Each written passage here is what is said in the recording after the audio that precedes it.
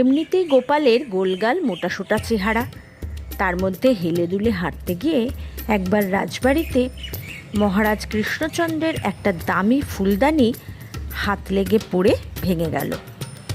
সেটা আবার পারস্য থেকে আনা, সোনার কারুকার্য করা খুব দামি ফুলদানি।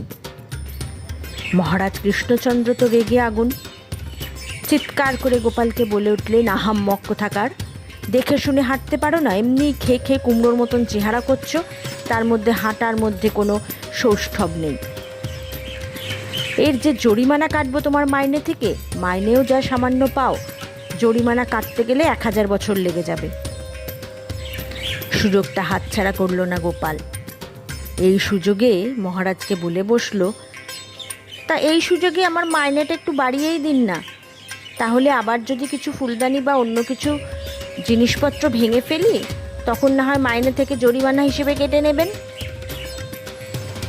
চিৎকার আর কি করবেন মহারাজ, গোপালের এহেন উত্তর শুনে হতবাক, চুপ করে গেলেন।